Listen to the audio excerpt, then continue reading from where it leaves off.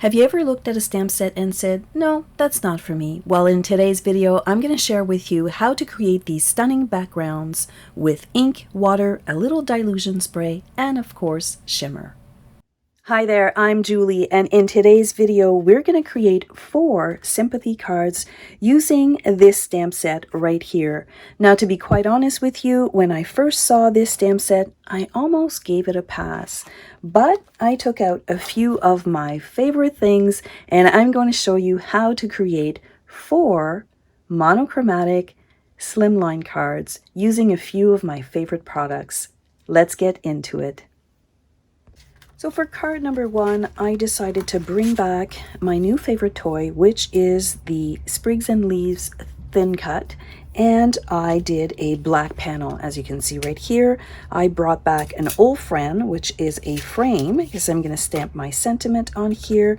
And yes, I also brought back this really pretty doily. Now, these are pretty much investment pieces, and I find that sometimes we don't use them enough. So I am going to start with this card, but you can see how this created all of these little sprigs right here, which naturally created another card. For this card here, I'm going to bring in this stitch bracket, and I've got my leftovers from right here. This is just a card front, which is 3.5 by 8.5. I kept on playing with this bundle right here, and you'll see how all of these cards progress. So we're going to start with this one. Let's start card number 1 with the featured image from this set, and it is a scene. And I think that's why I was going to pass on this stamp set, because I typically don't build scenes or stamp scenes in my cards or scrapbook layouts. I had to look past what was stopping me from creating with this set and just make it my very own. So I decided to use this stitch rectangle, and it kind of framed that little scene, but that bench was kind of falling off the edge. So I thought, you know what, that's fine. We're going to mask it off, and we're going to create our own scene on this small panel. I will be stamping my images here with archival black ink. I just find that this ink is nice and rich, and it's a really deep black. So we're going to go ahead here, and we're going to stamp on our small panel. So if you have a stamp set and you're not sure where to take it, kind of break it down and try and make it your own. Pick out all of the elements that you love and then throw them all in together. So I'm going to stamp this right here, and you'll see that it turns out really, really nice and black every single time. I am giving the ink time to absorb. I'm going to pull off my little mask. And there I have my own little image. I like that. For whatever reason, I just prefer the look of that. I will add right here at the top the sentiment. And I like how everything is on that one piece, and it's a little stitch rectangle. I just really like the look of it now. So sometimes you just have to make it your own. You can add it right here on the slimline card as a black and white card. It would still look very, very stunning, but I wanted to bring in one color, and I chose sage. Now I'm going to do a little ink smushing right here. I've been doing this quite a lot lately, and sometimes you just get stuck on a technique for whatever reason, but it's a good one and it's an easy one. So I'm going to bring in a little plastic bag. You saw that I added some water on my all-purpose mat, and I'm just going to tap this on White Daisy cardstock. It's not watercolor paper. I just really like the look of it, and why not? If it works in all colors, and it's fast, it's easy. And it's just one of those things that I've been kind of hooked on this past few weeks. So we're going to cover that, and then you can see that there's a lot of white spaces.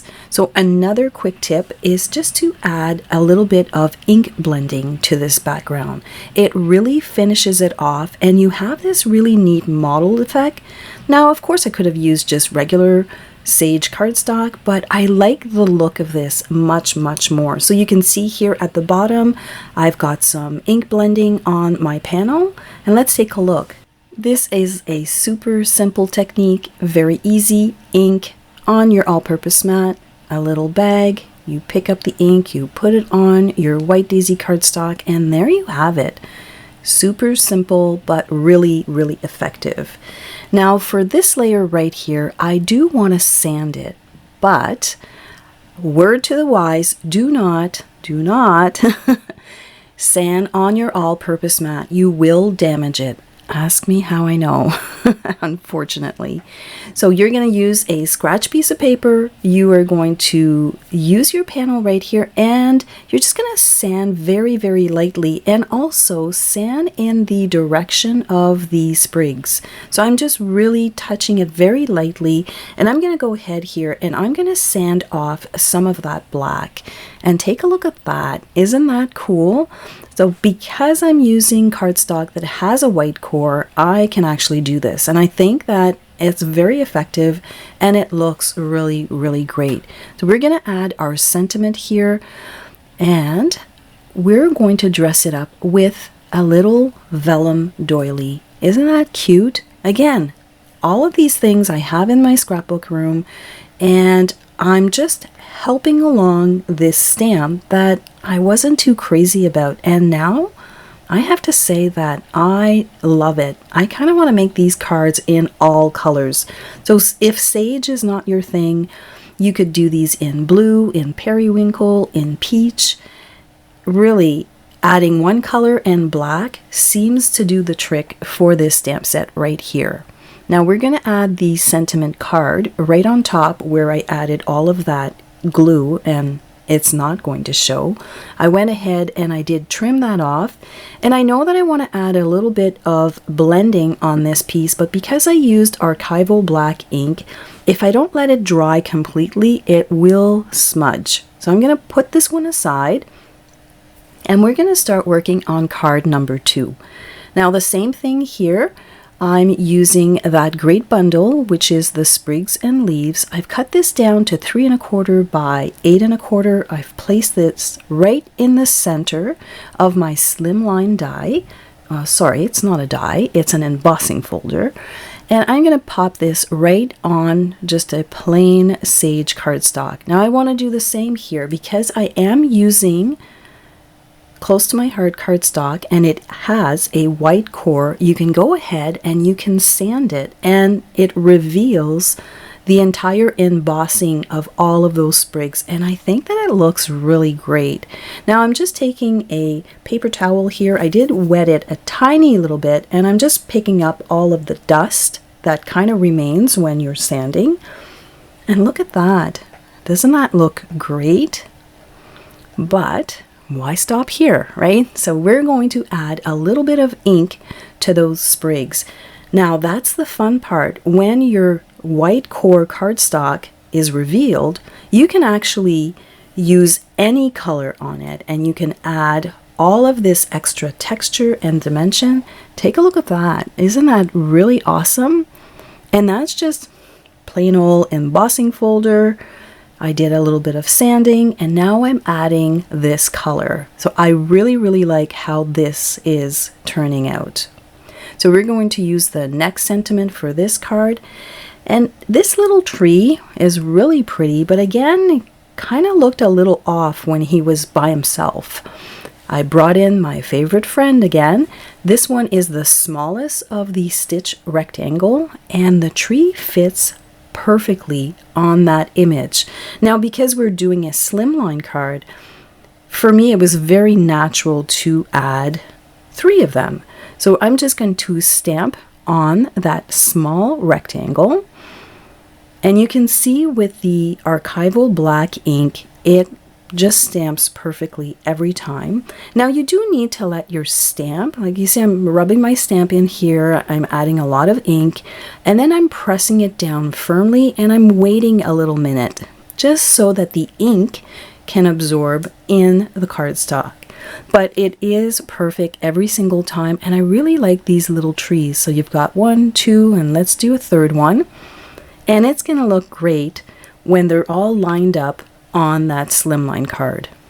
Next up here is the sentiment, and I think that was another reason why I was having a hard time seeing this stamp set for more than what it really is. I felt that the sentiment were modern, and the scenes were a little bit more traditional. So mixing both of those up on a card, for me anyways, I found it a little bit difficult. By using black instantly, everything is kind of classic looking, and I found that it bridged both of the traditional and modern look of this stamp set. So we're going to work here on card number 3. I am using this stitch bracket, and I'm going to stamp my sentiment on it. I am using the smaller doily from that set, and we're going to just stamp our sentiment right here, again using archival black ink. I'm going to stamp that on the right hand side of the bracket because we're going to be trimming the other piece off when we do the assembly of this card. We're going to move that to the side, and I am going to bring back Dream Maker. This was a stamp set. It was a special in May, and I really like the way you can layer up all of the stamped images to create an awesome background. Now I stamped all of the words down on the left hand side. I kind of cut that out of the video because you would have seen the top of my head. And now I'm adding this really pretty script font, and I did it in 2nd generation, and then I'm going to come back with this 3rd image. Let me show you right here. See that? That looks pretty neat, and it really frames anything when you do it right on the edge like that. So I'm doing all along the left hand side and then the top and bottom, and it really gives a lot of character to this otherwise white piece of white daisy cardstock. It just gives it lots of dimension, and it was really easy. So let's call this step number 1, and then we're going to move on to step number 2, which is adding this really cool stencil right on the top. Now I want to add it on the right hand side, and I want to use my dilution spray. I haven't used this a lot, so I thought, why not? I'm also going to bring in the stamp set here, and you'll see that in a moment, but this too creates a 2-for-1, and it's going to make card number 4. So we're going to add this really nice stencil right at the top, and I want you to pay attention to a detail here. You see how the sprigs are going in one direction? Now if you want to use the stamp on this panel, you have to make sure that you are doing the stencil in the same orientation. Again, ask me how I know that. I'll show you a few of my mishaps at the end if you're interested in those.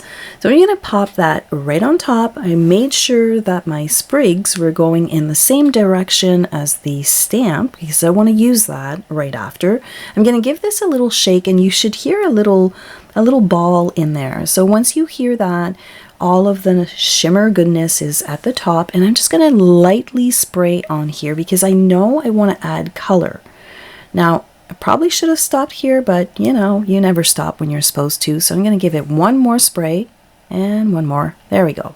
Okay, I'm going to walk away from the spray bottle, and then I'm going to try and pick this up. And I found that using a piercing tool and just kind of lifting it up in one go worked nicely. So that looks great. And because this was full of product, I thought, you know what, I'm going to try and do like a stamping with it. But it wasn't fully saturated. Now I could have added a bit more of the spray, but I decided I'm just going to add a little bit of water, actually a lot of water. You'll see here that it's really pooling. So you want to have a lot of water for this one here. And I'm literally just going to drop it right onto the panel and let it do its magic. And it is quite magical because it looks like I did, again, a lot of work, and I really didn't. So the hardest part is to pick up these pieces and not get ink everywhere. So this one here looks really pretty, but you're going to have to let it dry completely. I'm just going to go rinse off my stencil, and we're going to move on with these two panels right here. So this was panel 1, and then I flipped over my stencil to create panel number 2, and I really like the way that turned out. So I'm just going to use here plain old black ink, and you're probably wondering, why do I mix up between archival black and black? I don't mind black ink, but when I want to have a nice crisp edge and a nice dark impression, I usually use archival black. And when I'm just working on backgrounds like this, like if it doesn't stamp perfectly, who's gonna know? I don't think anybody's gonna know. So that's why I use the two inks. They both have their purpose. So I'm gonna flip that over, and I've got my stencil on the right hand side, and I'm kind of looking where those sprigs are, because you don't see them all because there's a lot of stamping and there's a lot of spraying. But by stamping all of those sprigs, take a look at that. Like, some of them you wouldn't have seen them without having this really great outline, and it really does define each and every one of them. So I'm going to go ahead here, and of course we're going to add a little shimmer and shine. I'm going to use my sage ink. I'm going to add a little bit of shimmer into the lid, and then I'm just going to paint those. And it's quick, it's easy, very effective, and I really like the soft shimmer that I get from the shimmer brush. So I'm just going to go ahead here and get all of these done, and then we're going to move on with this panel. But you can see that it just gives it a little bit of dimension, not too much, and it still looks really, really classy. So let's take a look at this really pretty background right here. I love all of the dimension, and it's really done only with stamping and a little shimmer. And when you're done with adding the color, you just squeeze out a little bit out of the barrel and it comes off, and then you can use any other color you would like. So I did go ahead and I let these dry a little bit. I stamped my sentiments, and we're going to start playing with those little sprigs. Now, those came from the original card, which was card number 1. And because we used, again, white core, I can lightly sand off these little sprigs. I'm going in the direction of the sprig, and I'm going very, very gently. We don't want to break them, but we do have 2 of each, so that's a good thing. So I'm going to rub off the extra little dust that I get from sanding. And then I'm going to do the very same thing. I am going to add ink to these pieces, and they look really good. Now, they look good when they're sanded, but when you add whatever color you're working with, now I could have done my backgrounds in a different color and then added green to the sprigs. That could have been nice. But in my true monochromatic form, I decided to stick with one color, black, and work on a set of cards. Now let's add a little bit of ink blending to this panel, and you'll see how it all comes together so nicely.